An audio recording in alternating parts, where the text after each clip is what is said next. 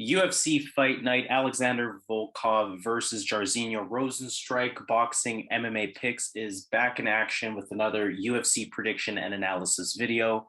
Of course, giving you fight-by-fight breakdown, fight-by-fight analysis from that betting perspective.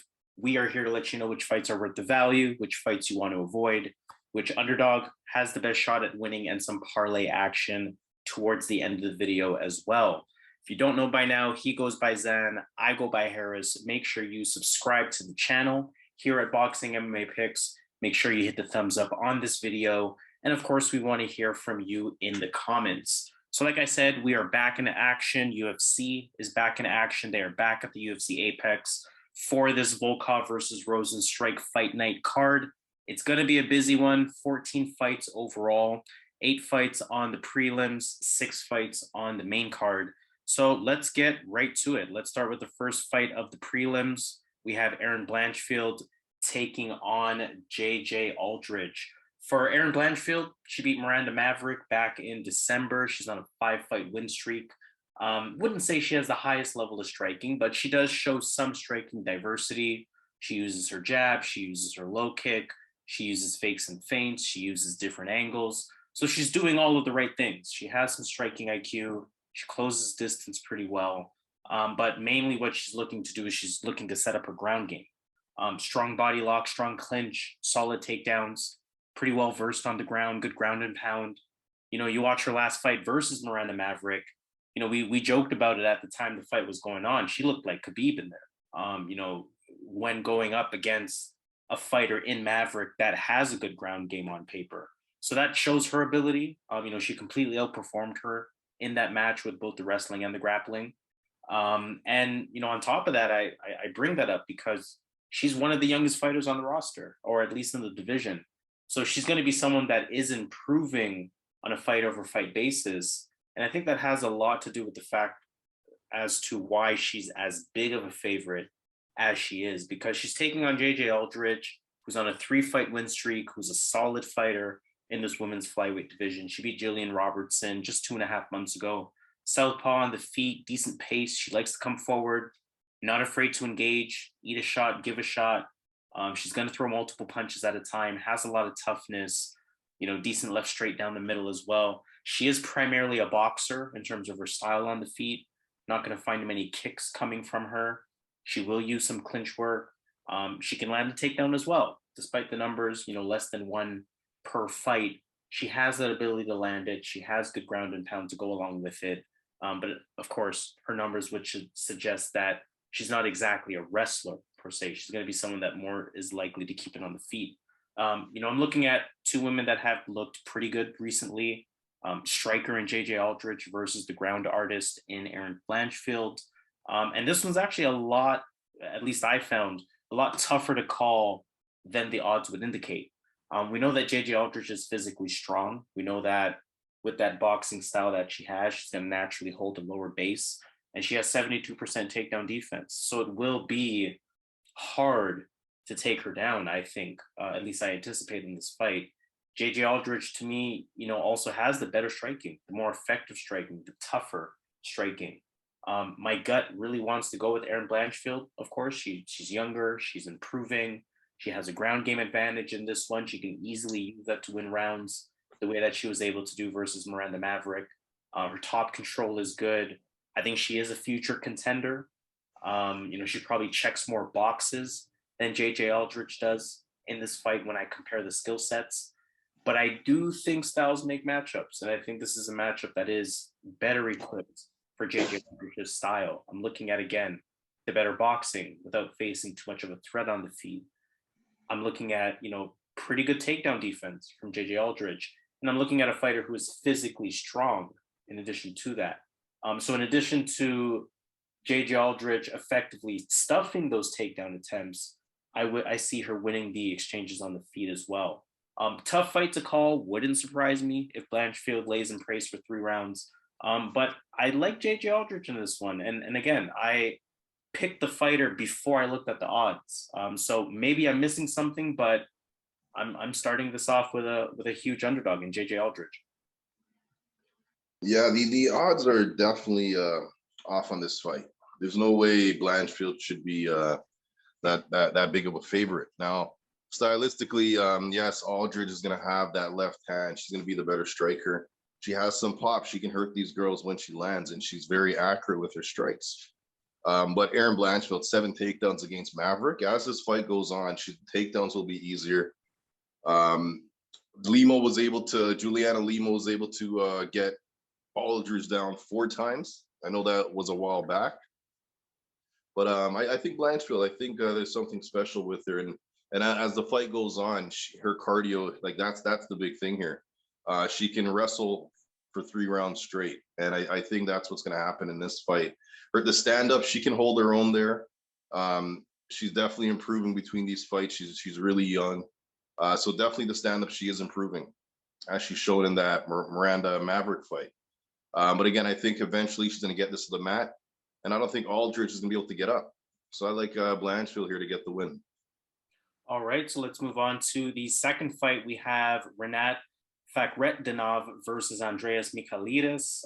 For Rinat, he's 30-year-old Russian making his UFC debut. He's on a 14-fight win streak. It is worth noting that his resume doesn't really include the highest quality of wins.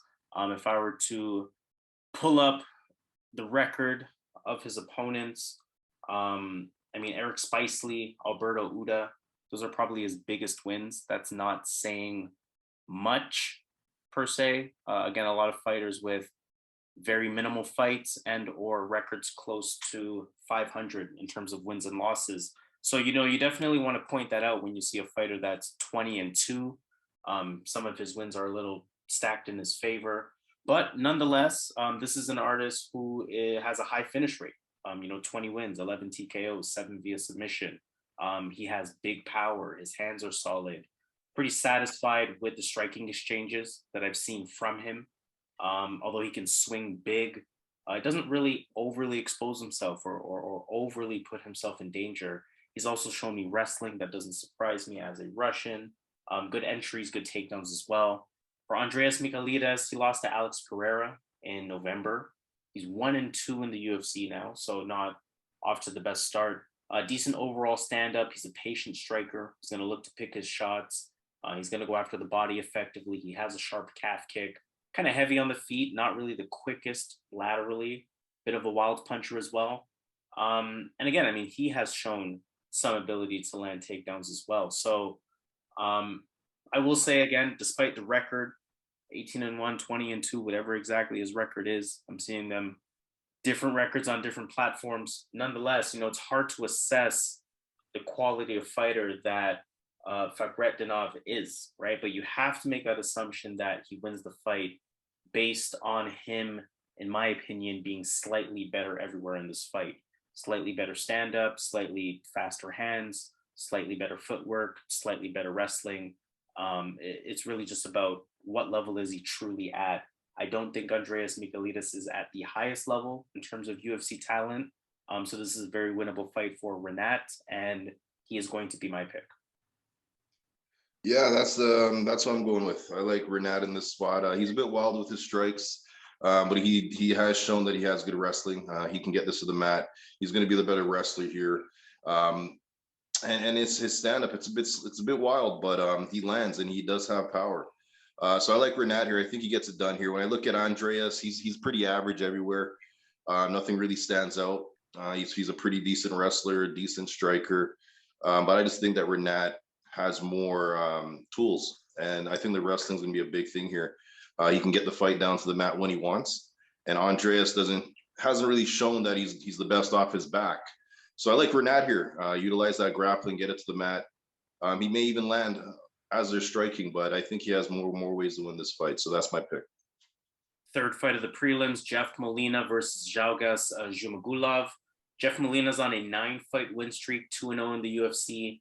He beat Daniel Silva back in October. He's a patient, methodical striker. Good use of calf kicks early in the fight, throughout the fight, really. Good movement, good timing, sneaky pop as a counter striker, a lot of fakes, a lot of diversity in his stand-up as well. Going to use a lot of switch stance, going to have good lateral movement.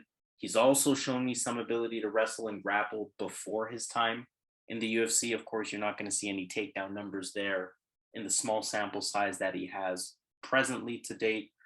He's also shown me that he can defend a takedown and also defend the grappling. So I feel good about him, if he is in a non-favorable position. And most importantly, he can keep going for 3 rounds. He has the cardio, his power and his heart carries him throughout the fight. Even if he is losing the early part of it, you can count on him to look pretty consistent later into round 2 and into round 3 as well. Zhumagulov, on the other hand, lost to Manel Kape in December. Decent fighter overall, but you're looking at a fighter that's now 1-3 in the UFC. So could be fighting for his job, and that could be an X factor in this fight. He has decent stand-up. He has decent boxing, decent kickboxing, like the jab to the body, good movement. Again, especially as a southpaw switch stance type of fighter. Solid grappling, solid wrestling. Not the prettiest numbers, 1.25 takedowns per fight, just 21% accuracy.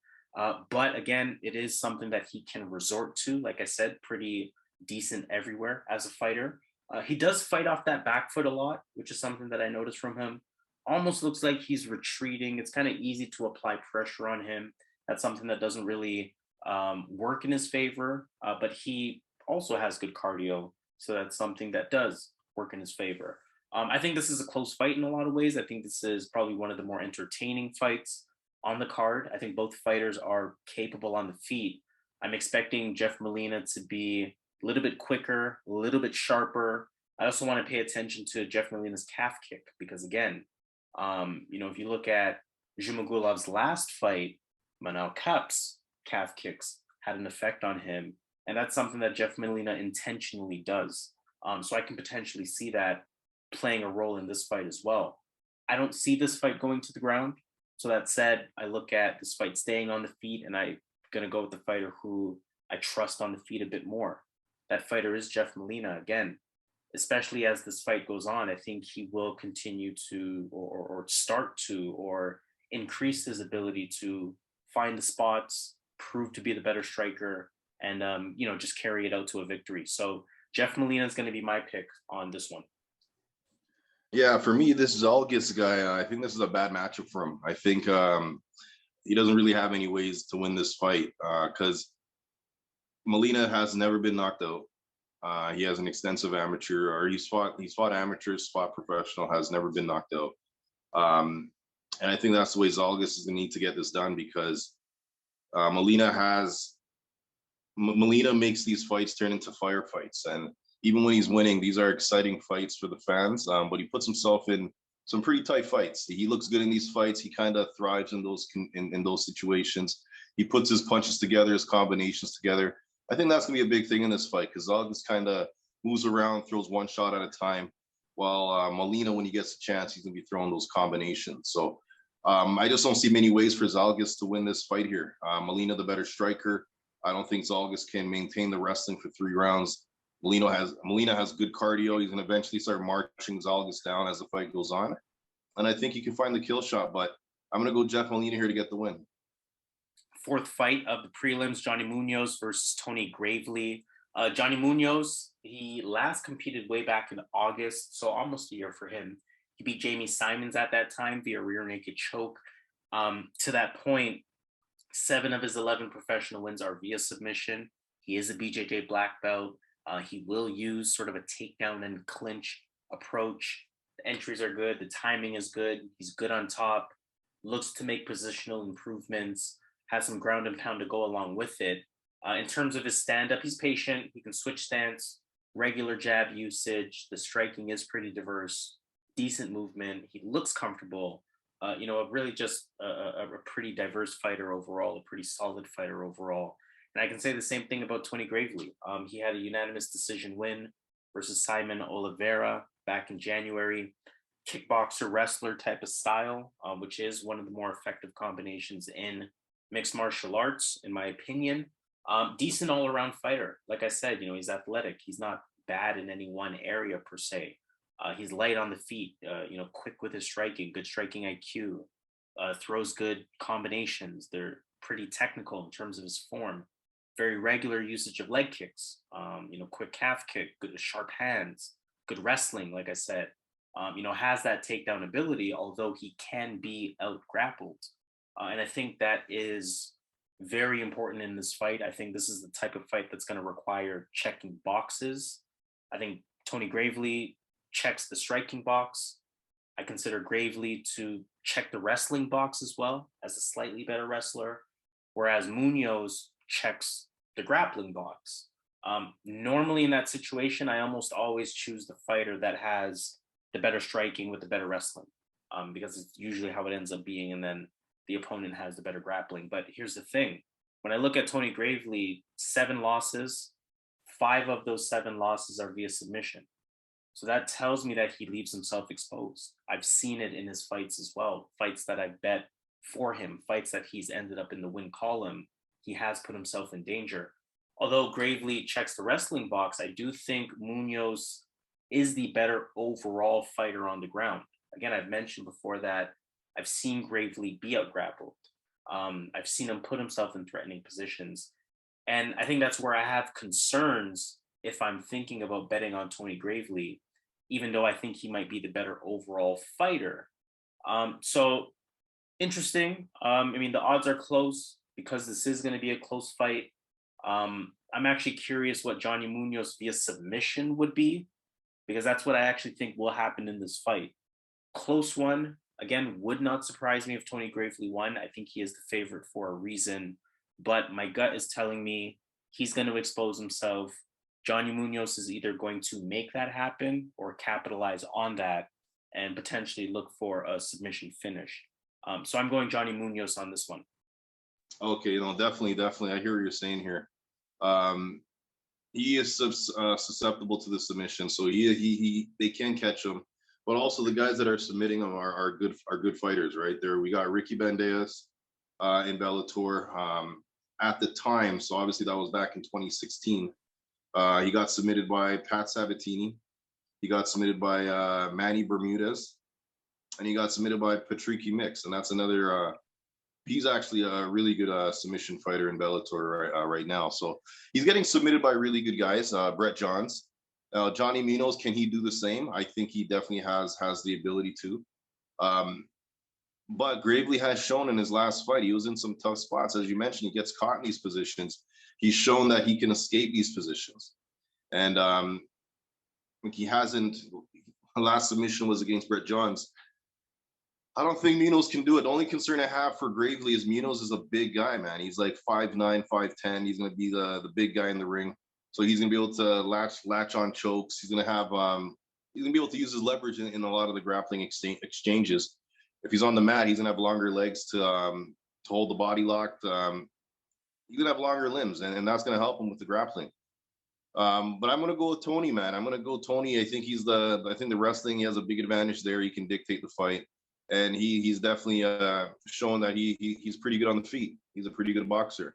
And in this fight, he's going to have a striking advantage. I think if he just keeps it on the feet, doesn't play jiu-jitsu, I think he has a clear path to win this fight without compromising his cardio. Because we have seen in previous fights that if he goes the wrestling heavy approach, it's going to slow him down. Ultimately, he's a human. So that's my only concern. He can get submitted in the later rounds after being tired. But I think Gravely's going to keep it on the feet. I think Tony's going to outstrike him, and I think he's going to get the win. So I'm going to go Tony Gravely here to win this fight. All right, let's move on to fight number 5. Niklas Stolze, Benoit Saint-Denis. Niklas Stolze is on a 2-fight losing streak. He lost to Jared Gooden back in July of last year. So again, it's been a little while since he's last fought.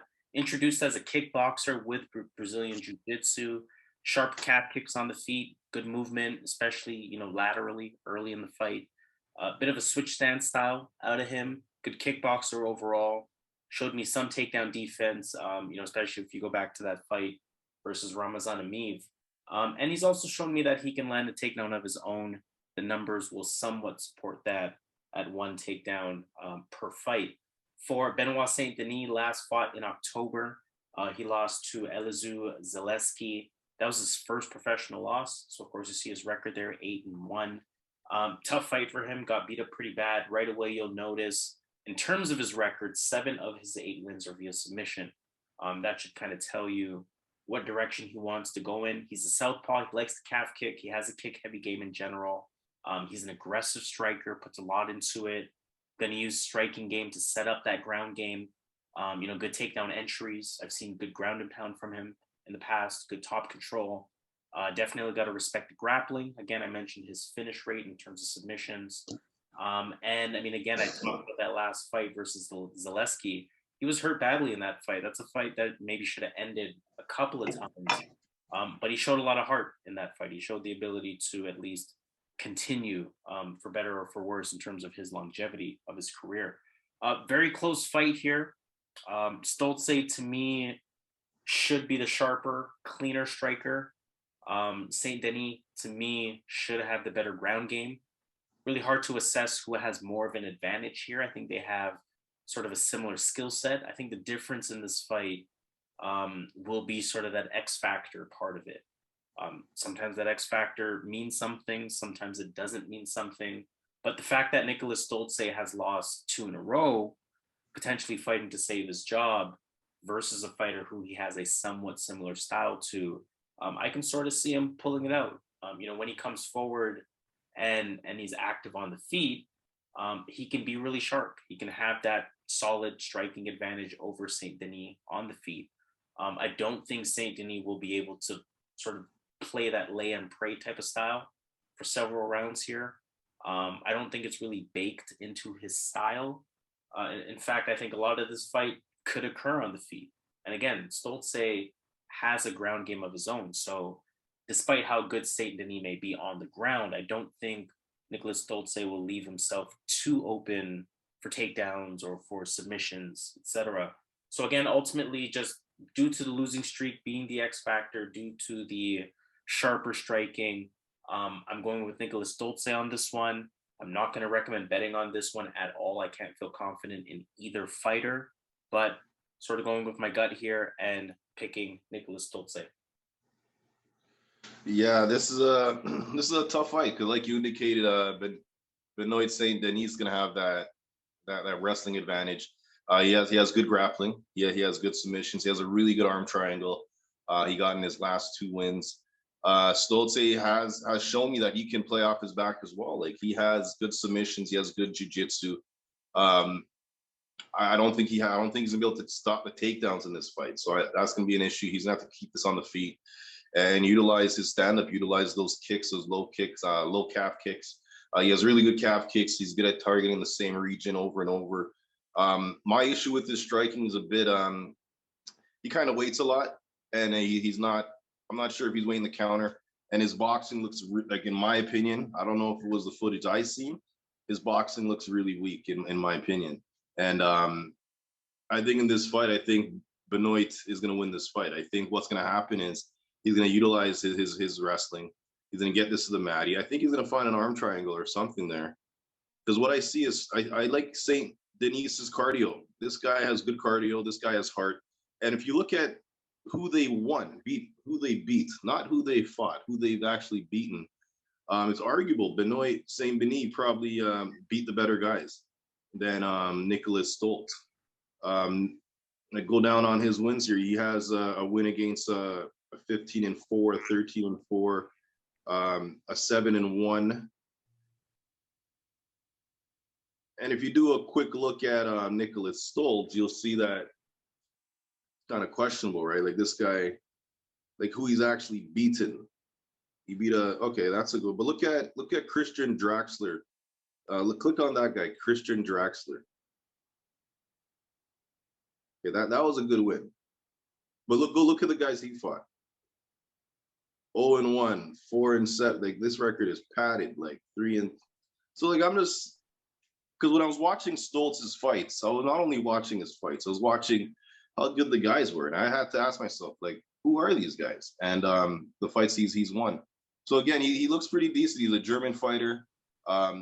He could win this fight. There could be value on his side, but I don't think so. I don't think he's going to win this fight. I think Benoit's going to be in his face, close the distance. He's not the best striker, but he does throw heavy body kicks. He does throw heavy hands. Unfortunately, he gets hit a lot. Stolze gets hit a lot as well, but I think Stolze has the better striking defense, but both these guys keep their head out there to get hit. So it could be an issue. It could be a situation who lands first if it stays on the feet. But I like the angle where Benoit can just take this to the mat. And again, he has a really good arm triangle. I'm seeing an arm triangle. Arm triangle submission here win. So I like Saint-Denis here. I think he's going to come back from his beating in his last fight. And you have to look at it. His last fight, his first fight in the UFC, they put him up against a monster, Solecki dos Santos. The UFC had to think this guy can compete with that guy right away out the gate. So yeah, he got crushed in that fight, but he shouldn't be fighting that guy in his first fight. So now he's going down a level, down a couple levels, and I think he's gonna shine here. I think this is a fight.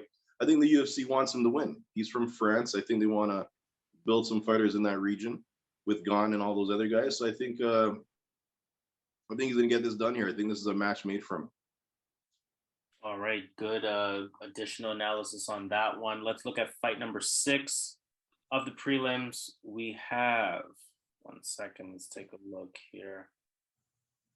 I'm not sure if this ESPN order is correct or if the Tapology order is correct, but let's stick to what we have on ESPN. So we're going to move to the next fight, which is Joe Solecki versus Alex de Silva. For this fight, Joe Solecki lost via split decision to Jared Gordon back in October. Pretty good on the feet, good lateral movement, good crisp hands, good boxing technique, good takedowns, good wrestling as well. He's also a BJJ black belt, good body triangle, good chokes. 7 of his wins are via choke, 5 rear naked, 1 triangle, 1 guillotine. So definitely well-versed on the ground, pretty solid on the feet, pretty solid overall fighter. Alex de Silva, he hasn't competed since September 2020, lost to Brad Riddell at that time. Of course, Brad Riddell, high-level fighter, so that should tell you a bit about the level that Alex de Silva is at. He's explosive. He's not technically as sound in the stand-up, but he does throw a lot into his punches, and when he clips, you know, it does something to his opponents. You know, he has a ground game. He uses his stand-up well with changing levels to eventually shoot for that takedown and keep his opponents on the ground. He has a patient top game, smothering ability, chain wrestling, good grappling as well. Biggest knock on him is that his cardio definitely goes out the door. He definitely slows down as the fight goes on. And I think that's really the difference that I can't look past. You know, I feel like they'll be well matched early in the fight, 2 fighters with a lot of similar abilities, but eventually I think De Silva's tank is going to go, and I think Solecki's tank is going to stay, and that's where Solecki's going to sort of pull this fight out. Anything can happen in round 1, of course. Granted, both fighters survive round 1. I think we're looking at Solecki winning in rounds 2 and 3, and of course that's going to be enough to take the fight. So Joe Solecki is going to be my pick for this one. Yeah, this is a tough fight for me to make a decision on. I was going back and forth in this fight because Alex de Silva in his fights, he's the guy taking the guys down. He's the guy utilizing his wrestling, and he has shown that he can take fighters down in the UFC. Plus, he has a pretty good takedown defense. And Solecki, we know, wants to get this to the mat. We know Solecki wants to utilize his grappling, his high-level jiu-jitsu, and get on the back, submit Alex de Silva. So we know that's the game plan. And when you look at the striking, De Silva has the better striking. But when I was breaking it down more, though, I had to take in who De Silva has fought in the UFC. And I think Solecki is by far the best grappler he has fought in the UFC. So this is going to be a different fight than what he's been used to fighting guys that he has the grappling advantage on. This will be a different type of fight. So I like Solecki in this spot because I think eventually he's going to get this to the mat. All he needs is 1 takedown. He will ride that for the whole round. He'll eventually get the back. He might get the submission, but he'll lock in. He has really good back control, and he'll ride that for the whole round. But obviously, we know Alex has good wrestling, good jiu-jitsu. This is a hard fight. This is a really hard fight to call, but I'm going to go Joe Solecki here. Again, the cardio could be an issue. The layoff on Alex's side is an issue as well. Solecki has the better cardio. So I'm going to go Solecki here to get it done. But again, this is a tricky fight for me. All right, let's move on to the next one. Final fight of the prelims, fight number 7, Felice Herrig, Karolina Kowalkiewicz. For this fight, let me just pull up my notes on it. This is a rematch, of course. These two fought in 2018. Herrig lost that fight via split decision. I think it's fair to sort of use that fight to determine what could happen in this one. Felice Herrig has only had 2 fights since. Karolina hasn't won since that fight, so 5 losses in a row. But I mean, she's been facing beasts. So as bad as she's looked, I can't really blame her for those losses. In that first fight, Karolina had the better of the striking exchanges. She is the better striker in general. She was quicker on the feet in that fight. She made Herrig miss a lot in that fight. She showed good takedown defense in that fight. She was really just better all around. I'm not sure how it was a split decision, to be completely honest with you, when I watched that one back. That said, who is Karolina now at this point after 5 losses in a row from a mentality perspective? We know stylistically she's pretty relaxed. She's technically sound, has that Muay Thai kickboxing type of style. We know she's a diverse striker. She's more of a point fighter in terms of her style, likes technical fight, pretty solid movement. Not really the best at handling pressure. She does lack some striking defense with the lack of head movements as well. Felice Herrig, I mentioned, hasn't competed, since August 2020. She lost to Verna Jandiroba in that fight. And with Herrig, there's not really any one particular thing that I think she does well at this point in her career. No glaring advantage other than maybe her pace, maybe her ability to press forward. Really, other than both fighters being 4 years older, there's no real reason for me to believe that this fight goes any differently the second time. It's not to say Karolina will look as good. It's not to say Herrig will look as good. But nothing's really swaying me to sort of go beyond what happened in their first fight. That said, of course, they are 2 older fighters on the roster, 2 older fighters in the division.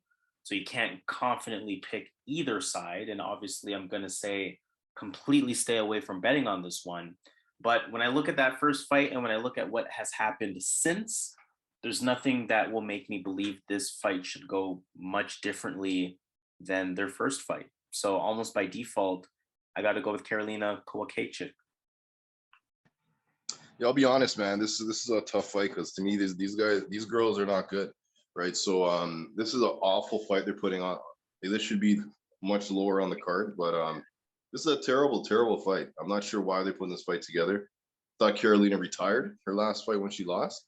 But yeah, this is hard for me. But if we're basing it off how they fight, Felice Herrig will have the wrestling advantage. So if she can get the fight to the mat, she's gonna be the stronger girl. She can muscle Karolina, and Karolina has shown that she's not necessarily the same person. That Jessica Penne loss, she should not, like, the other fight's okay, but losing to Jessica Penne is an indicator that she is not the same girl.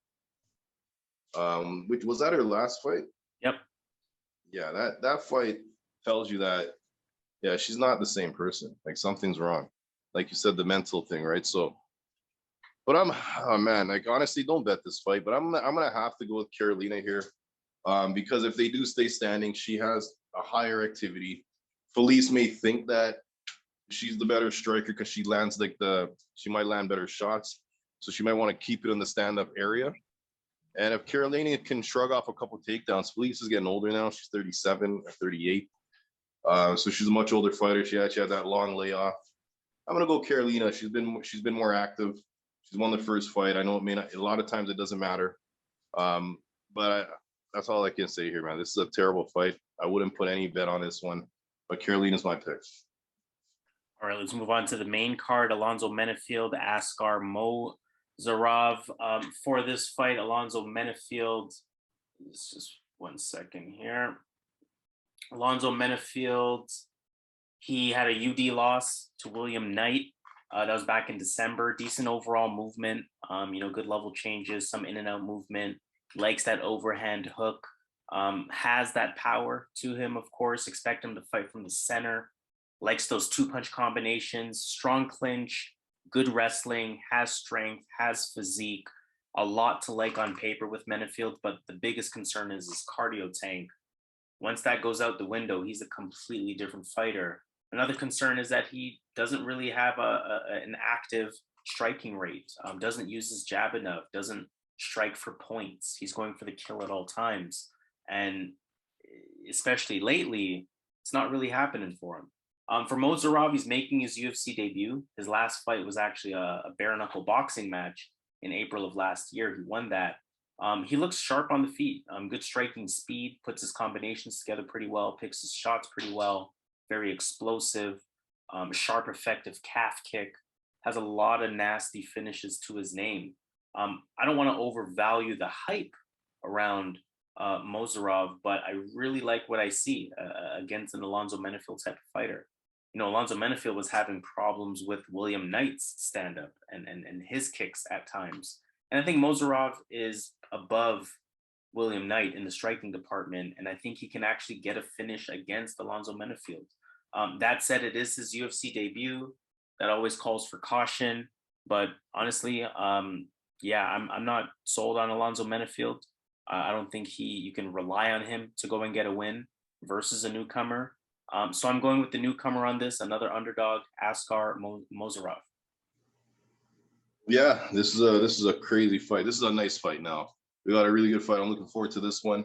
Menifield, both of these guys are going to be looking to knock each other out. And I like what I've seen from Askar as far as his striking. He's a little wild, but he knows what he's doing. He has really good spin kicks. He has power. And we've seen Menifield get wobbled. He has been dropped multiple times, right? So I'm not going to say he has a chin issue, but he can be knocked down. He can be knocked out.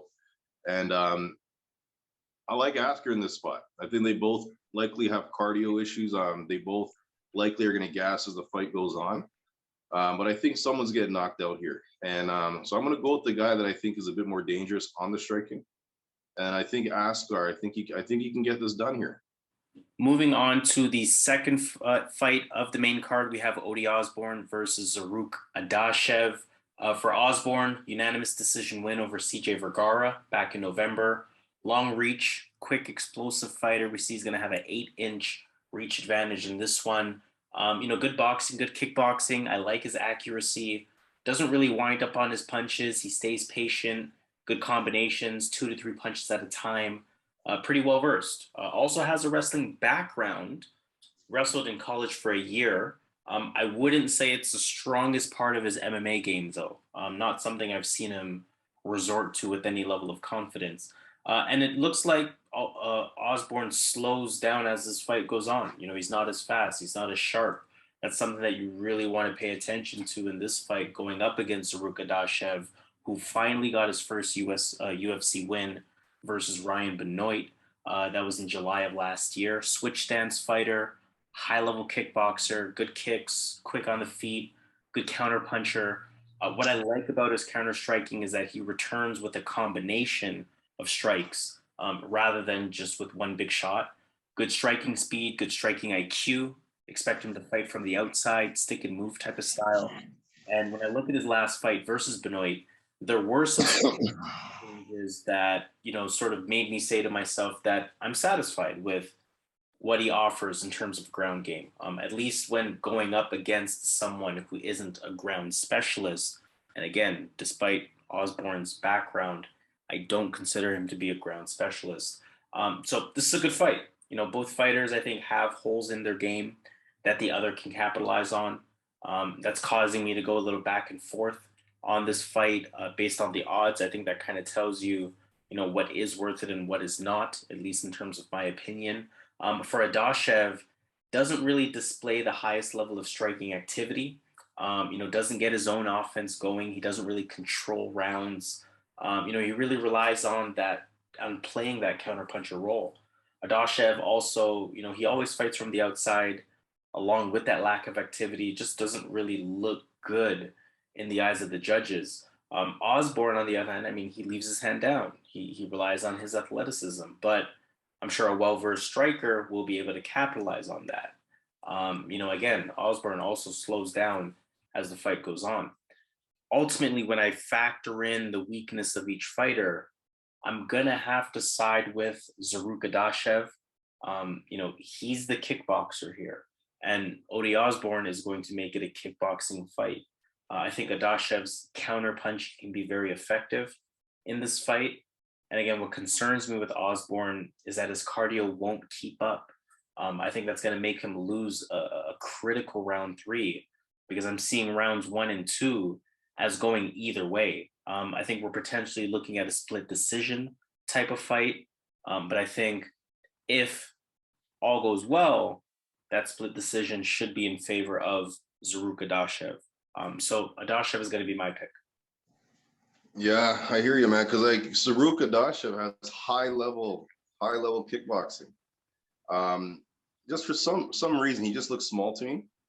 And Odi Osbourne looks like one of the bigger flyweights. So he's gonna have a massive size advantage in this fight and massive reach advantage. He's gonna be physically the much stronger guy. If you look at their builds, you can just tell he's gonna be the much stronger guy in the ring come fight night. His stand up, it's not as technical, not as flashy as Zaruk, but it gets the job done, and that's what I like about it. I'm gonna go with him. I think eventually he could land that shot, and I think he can actually knock Zaruk down or put him away. I could see Zaruk looking good, and then one shot just giving Odi that round, or just ultimately changing the fight. I think the size is going to be a factor. They're going to look like they're in different weight classes. So I'm going to go with Odi Osbourne, and I think he will go to the wrestling. When you're fighting a guy like Zaruk who has almost zero ground game, ultimately has no ground game, Odi can get an easy win that way. But again, I think he can also win by knocking him out on the feet. So I think he has a couple of avenues to get it done. And being the much bigger guy, the stronger guy, I think it's going to matter here. So I'm going to go Odi Osbourne to get it done here. All right, third fight of the prelims, we have Corinne Silva versus Poliana Botelho. For Poliana Botelho, 2-fight losing streak. She lost to Luana Carolina just over a year ago. Big striker, explosive striker, kind of sits on her punches. She is physically strong. You see that for this 125-pound division, 5'8". Pretty physically imposing. She plays that stalker type of role. She controls the center of the octagon. Expect big looping punches from her. The jab is decent, doesn't really use it enough though. She lands almost a takedown per fight, almost 60% accuracy. Also has 80% takedown defense. Although she has been taken down multiple times in more than one fight. I think about 3 times to Jillian Robertson. I think about 2 times to Cynthia Calvillo. But again, 80% on paper, that's going to tell you that she's at least above average in her ability to stop the takedown. How much will that matter in this fight versus Corinne Silva? Well, she's making her UFC debut. She's coming from Dana White Contender Series. She last competed and won in October. She's on a 5-fight winning streak. She has a 100% finish rate. Of those 14 wins that she has, 8 of them are via TKO, 6 of them are via submission. Striking looks solid. The hands seem pretty quick. Her stance, this might be a wild thing to say, but her stance kind of shows similarities to Amanda Nunes at times in terms of how she likes that left jab, right straight 2-punch combination. However, unfortunately, she can get a little predictable with it at times, but she has good accuracy, good speed behind it, good pop behind it as well. She's a strong grappler. She's active off of her back. She's active in her guard. She can find the submission, but expect her more so to be someone who is going to keep it on the feet. This one's really tough to me. My gut says to go with the newcomer. I think the striking is quicker. I think the striking is more technically sound. I think the striking is just as dangerous, or they're just as dangerous as each other in terms of power or pop or fight-changing punches. I feel their ground games may be pretty equal. Silva might be slightly better there too, from a grappling perspective. This is a fight that I really want to pay attention to the face-off and just kind of read the body language, see how they stack up against one another, see how they size up against one another. But Again, just kind of going with my gut. I don't think Botello's a high-level fighter, whereas Karine Silva, she's coming and making her debut against a winnable opponent, and I think she is going to get it done. So Karine Silva is going to be my pick. Yeah, man, I'm with you, man. I'm with you all day. Karine Silva here. She looked really good on the Contender Series against a gamed opponent, an opponent that was 21-2 at the time, I believe. The Chinese fighter. Girl was jacked, but Silva showed that she was more well-rounded. She's shown decent striking. I think Botello may have the striking advantage in this fighter. She will have that advantage, but it's not as big as I think the grappling advantage is going to be, and that wrestling advantage. I see Silva getting this to the mat here, pretty much having her way with Botello. I think that she should be a bigger favorite. I really do. So I feel pretty good with Karine Silva. I think she gets us to the mat. I think Botello, even though the numbers say she has good takedowns, defense, she really kind of gives up takedowns. And when she's on her back, she doesn't really do much to get back to her feet. And I think a fighter like Karine on top of you, and she's going to be the stronger girl, I think she's just going to be able to dictate the fight from the beginning to the end. So I'm going to go Karine Silva here to pretty much get the win here.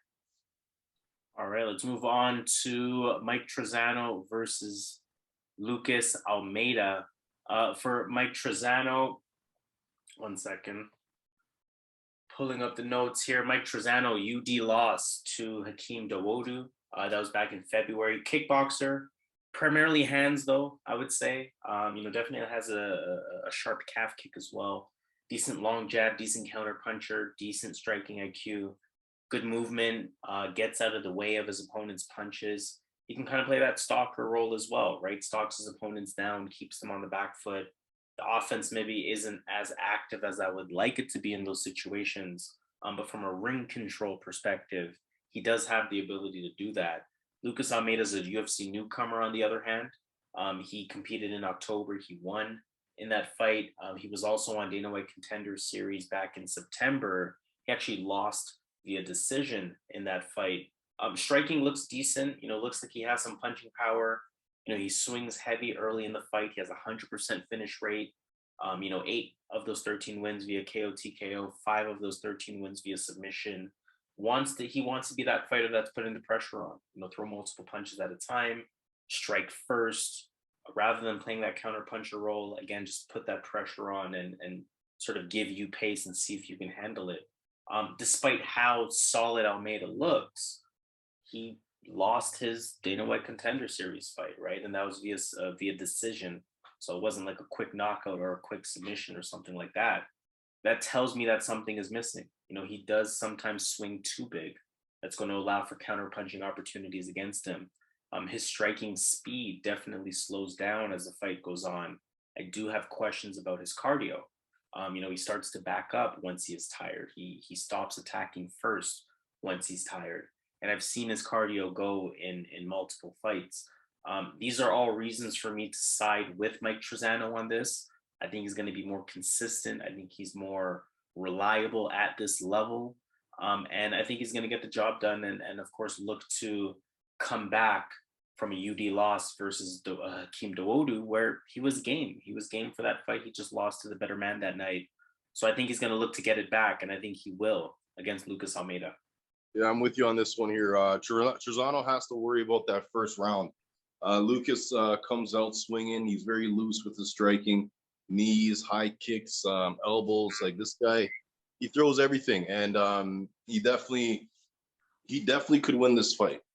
Trizano has to stay out of danger that first round, but as the fight goes on, his cardio does not hold up for his style of fighting. And Trizano has shown that he can go 3 rounds. He's pretty consistent. And I see as the fight goes on, I can see Trizano just backing him up, just letting combos loose, and Lucas obviously gassing at that point. I can see Trizano winning the second, third round, or even a stoppage later in the fight. All right, so I'm going to break order for a moment because according to ESPN, we have 2 fights left, the co-main and then the main. Something that I noticed on Tapology that's not quite reflected on ESPN is the Damon Jackson fight. So I want to sort of go back Damon Jackson versus Daniel Argueta. I haven't seen any sign of this fight being called off, so I am going to assume that the fight is still taking place. Damon Jackson's on a 2-fight win streak. He beat Kamwilla Kirk back in March. Looking to stay hot, of course. Decent boxing, decent kickboxing. Not really the cleanest technically, but he does throw decent combinations. He has a good pace. He has good activity on the feet. Suspect takedown defense, which is relevant in this fight, but he does have good grappling ability. But in terms of his offensive ability, he is an effective wrestler. You know, he will grind it out against the cage for as long as he needs to in order to try to land that takedown. He commits to the takedown. He chain wrestles. He has a solid body lock, pretty active on the ground as well. And I mean, he's just one of those fighters that, you know, has the heart, has the cardio, has the aggressiveness, has a good game plan, which is a very important factor, knows how to win rounds, knows how to sort of out-tough his opponents. Going up against a tough test, though, a newcomer, Daniel Argueta, undefeated. He competed in LFA just a month ago. He was on Ultimate Fighter. He lost to Ricky Tercios, who, of course, we know, you know, those are considered exhibition bouts, so not official record-keeping stuff there. So still an undefeated 8-0 fighter to that point. He's a southpaw on the feet. He will switch stance as well. He's a wrestler first, relies on the ground game. You know, good wrestling, good damage, good activity, good ground IQ, can kind of keep you on the ground. Pretty aggressive on the feet. You know, he will use the fakes, the feints, but he's definitely going to be that bull that's coming forward. He's going to use that aggression to definitely try to pin you against the cage and work his way to a takedown. I think it's going to be a firefight. You know, Argueta, to me, still a bit of a liability on the feet. I think his striking defense particularly is not the best. I feel like that's going to be a key advantage for Damon Jackson. Argueta, to me, seems to be a good wrestler, and I don't doubt that he can and will land takedowns against Damon Jackson. But I do have to assume for now that there are levels here. I think Damon Jackson has definitely faced the tougher competition. He's only ever lost by being finished, whereas Argueta's last fight, split decision in LFA. So that, again, could tell you a levels kind of thing. Jackson can use the height and reach to his advantage. He's going to have 4 inches in height, 3 inches in reach. Argueta is actually moving up in weight as well. He was 135 pounds in his last fight. He's coming up to 145. So I think Jackson might be the physically more imposing guy, even though he's not necessarily the biggest build or the biggest physique. Jackson, to me, can and will match that aggressiveness. Jackson can and will match that wrestling. Jackson, again, to me, will have the advantage on the feet. Jackson is more battle-tested, and Daniel Argueta is moving up in weight. So when I factor in all of those things, I really like Damon Jackson in this spot. Argueta is a tough test, but the chips, to me, are in favor of Damon Jackson. Yeah, similar fighters in a sense that they want to both wrestle or grapple. Obviously, the going up in weight's a big thing here because Damon Jackson is a big featherweight, and Argueta is coming up from 135. So I can see Argueta looking good early on, but as the fight continues, middle of the first round, I can see Damon Jackson just taking over. And a big thing on Damon Jackson's side is that cardio. Argueta has shown to slow down as the fight goes on with that wrestling approach or those grappling exchanges. Damon Jackson does not gas out at all. This guy will keep going, and he'll just keep wrestling. He'll keep grappling for 3 rounds straight. So I think the cardio is going to be the big thing here. If Argueta is not looking to finish him, if he's looking to go 3 rounds with Damon Jackson, I don't think it's going to work out because he's going to push such a higher pace later in the rounds. And at that point, Argueta has shown that he doesn't have the best cardio. So I like Damon Jackson here. I get why the odds are like this. I really don't see how Argueta gets the win here unless he gets a submission at some point in the fight. But as we know, Damon Jackson is very good with submissions as well. So I think Damon Jackson has him covered here. All right. So now, again, let's sort of skip right ahead to the co-main event of the evening. We have Dan Ige versus Movsar Evloev. Ige had a unanimous decision loss to Josh Emmett. That was back in December. Good all-around fighter. Good stand-up. He'll show the fakes and feints. He'll show the level changes. He has good punch IQ. He has good combinations. Good accuracy, good lateral movement, good defensive guard. Should he be taken to the ground? Has just 55% takedown defense, which of course is the key asterisk in this fight. I think this will be very, very relevant. Good clinch, has that ability to take you down. Not the strongest part of his game, just 1.35 takedowns per fight, but has that ability. Again, just a solid overall fighter. Movsar Evloev, solid overall fighter in his own right. He's still undefeated, 15-0. Of course, one of the brighter prospects in this featherweight division. He beat Hakeem Dawodu last year in June. Pretty solid striking, good boxing, good kickboxing. He has sneaky pop in his punches. He's a very accurate puncher. He has a good jab. He's patient, picks his spots pretty well. He can be taken down. So again, going to be interesting to see if Ige lands takedowns, despite Evloev being the stronger wrestler in this fight. But Evloev's still, 71% takedown defense on paper. He has that ability to get back up. He has that ability to potentially, I should say, reverse position. He is a bit susceptible to submission attempts, though. That is something that I noticed from him. Otherwise, of course, very strong wrestler. Chain wrestles, good entries, strong on top, body lock. He'll control. He'll kind of lay and pray if he needs to. Has really good, effective wrestling ability, and I anticipate him using that in this fight. We know that everyone is picking Movsar Evloev on this one. I have to say I'm going to side with the majority here. I think when I think about Dan Ige as an opponent, I'm really thinking about that Mirsad Bektic fight that he had. I think it was maybe in 2019, if I'm not mistaken. And I'm thinking about that second round specifically. Mirsad Bektic was able to take him down relatively easily. He was able to keep him on the ground. He was able to have a lot of control time in that second round. Dan Ige still won that fight because he was the more prominent striker. But that's where Evloev, I feel, is a much better striker than Mirsad Bektic. I think Evloev has the ability to do what Bektic did in round 2. I think Evloev has that ability to do that for all 3 rounds. That said, Dan Ige is still a pretty high-level fighter. And a high-level fighter at these odds, at this big of an underdog, I think is always worth a shot. I wouldn't blame anyone for making that bet. But when I make a pick, my pick is Movsar Evloev. I feel like he's just in a better spot in this one, and the matchup is well in his favor.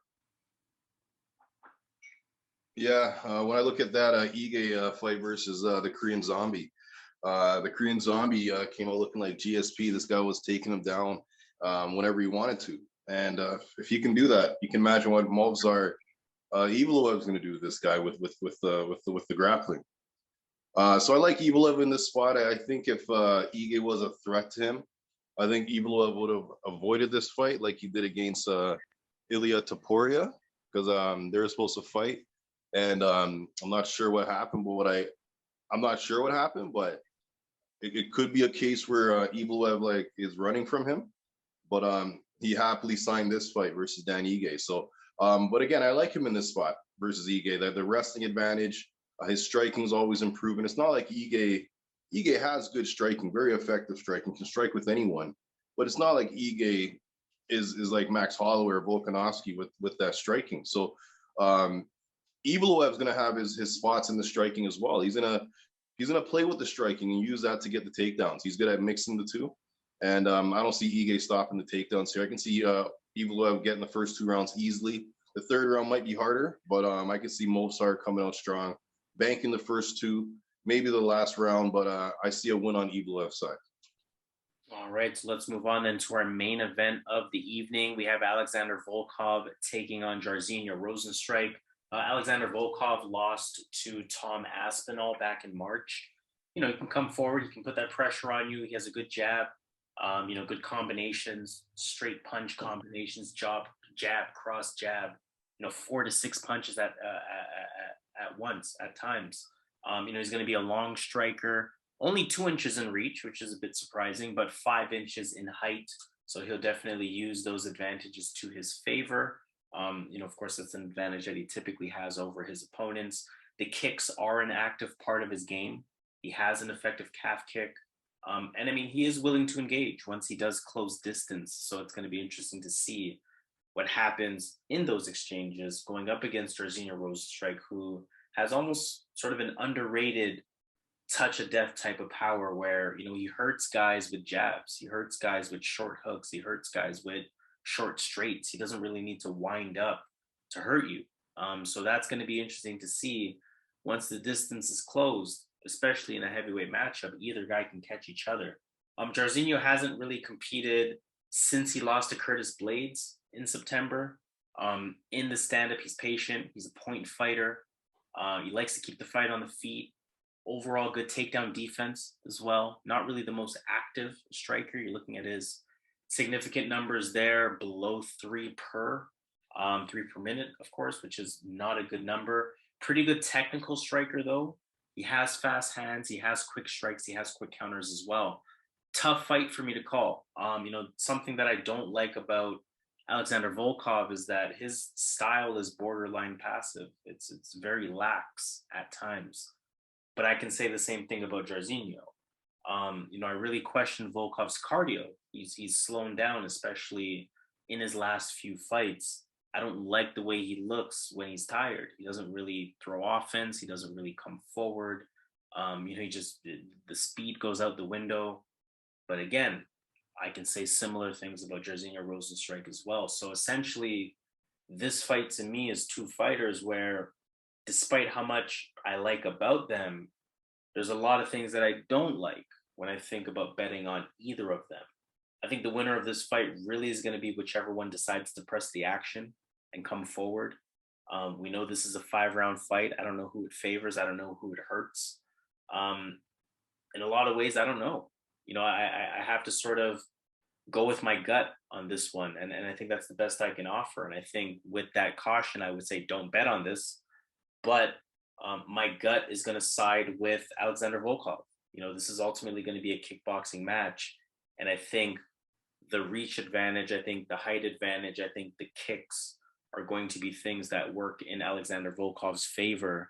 And I mean, we know that he's the one with more fights. He's the one that's sort of been here more times as opposed to Jairzinho Rozenstruik. He's taken on the better competition in comparison to Jairzinho Rozenstruik. So tough fight, can go either way. Definitely a heavyweight beware.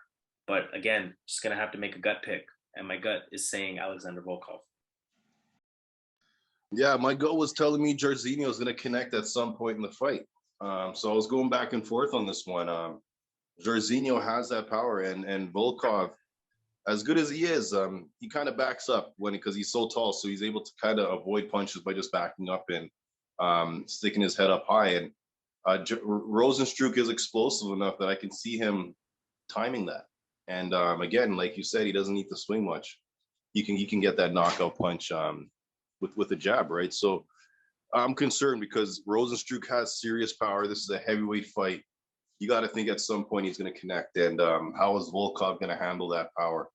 But this is a 5-round fight, and you got to think that if this goes past 3rd, 4th, 5th round, if Volkov can get this into the deep waters, and he's been here with heavier punchers like Derek Lewis, or he's been there with strong punchers that he's taken their shots, and he lost against Derek Lewis, obviously, but he's taken the shots. And if he can get this fight into deep waters, survive the early storm, Rozenstruik has never been in a 5-round fight. I think he's going to slow down, and I think Volkov's just going to box him. Just utilize that long reach he has. Even though it says it's 2 inches, it has to be a lot more than that. And yeah, because if you look at Volkov's record, he's fought guys like Rozenstruik. If you look at Derek Lewis, that's pretty close, right? Dos Santos. So he's fought these guys that have the heavy hands, and Overeem, and he's looked good against these guys. So I can see him doing the same here, avoiding the power, keep touching them, jab, use that straight. And I can see him even getting a knockout at some point in this fight. He has sneaky power. So I'm going to go Volkov, thinking that the longer the fight goes, Rozenstruik has never been there, and Volkov has fought guys like Jairzinho in the past, and he's won those fights. So I'm going to go Volkov here to get this done. All right, so let's take it to the books, to Vegas. Let's take a look at this entire card, of course, and let's consider some underdogs. Which underdog do you feel has the best shot at winning this fight, or winning their respective fight, I should say? Yeah, who are all the underdogs? Who are all the underdogs? So I'm going to list them off. We have JJ Aldrich versus Erin Blanchfield. We have Andreas Michailidis. We have Zhalgas Zhumagulov. We have Johnny Munoz. We have Niklas Stolze, Daniel Argueta, Zaruk Adashev, Alex De Silva, Felice Herrig, even though it's showing Carolina, but I've seen Felice as the underdog. Askar Mozharov, Poliana Botello, Lucas Almeida, Dan Ige, and Jairzinho. All right. Yeah, I really thought Carolina was an underdog, but I like Askar Mozharov. Actually, let me confirm that, because I do think you're right. I think that Carolina is, in fact, the underdog. Let's go back here. Yeah, it was close, but I swear she was. I'm pretty sure you're right. I'm pretty sure you're right. As I take a while to find that, but yes, you are. She is the slight underdog, Carolina. Okay, I'm still gonna go with Askar because that Caroline fight, that's hard, right? So I'm gonna go Askar to get that done. All right, so we see here, where in the world? There we go. Askar Mozharov, plus 140-ish. I feel the exact same way, so that's going to be my underdog pick as well. I do think he has the best shot, and I might even consider some knockout money if the odds are looking good. In terms of parlay action, favorites, however you want to word it, who are you potentially taking a look at for this fight? All right, let's roll. We're going with Jeff Molina. We're going to go with Damon Jackson. We're going to go with Kareem Silva and Benoit Saint-Denis. And Kareem Silva. So we have 4 fights on there: Jeff Molina, Damon Jackson, Benoit Saint-Denis. You know what? Take away, sorry. Take away Benoit. Take away that Benoit fight. Just the 3? And add in Erin Blanchfield. All right. So again, 4 fights. We have Jeff Molina, we have Damon Jackson, we have Kareem Silva, and we have Erin Blanchfield. Those 4 fights will be a plus 270. That means that a $100 wager will have a profit of $269. That means a $250 bet will have a profit of $674. In terms of picks that I'm looking at, I'm taking a look at Jeff Molina as well. I'm taking a look at Movsar Evloev. And I'm taking a look at Joe Solecki. So I think I want to stick with those 3. Plus 184, $100 will have a $184 profit. $250 will have a $460 profit. Tougher card, but definitely some money to be made. Let us know how you feel. Let us know how you feel in the comments. How do you feel about our favorites? How do you feel about our underdog? Especially that we are in agreement with that underdog. What do your parlay picks look like? Definitely want to hear all of that conversation in the comments. Make sure you subscribe to the channel as well. Again, make sure you hit the thumbs up on this video. But we are going to officially sign off. This has been UFC Fight Night. Alexander Volkov versus Jairzinho Rozenstruik, your full card prediction video by yours truly here at Boxing MMA Picks. He goes by Zan, I go by Harris, and in our usual fashion, let's get this money. Let's do it.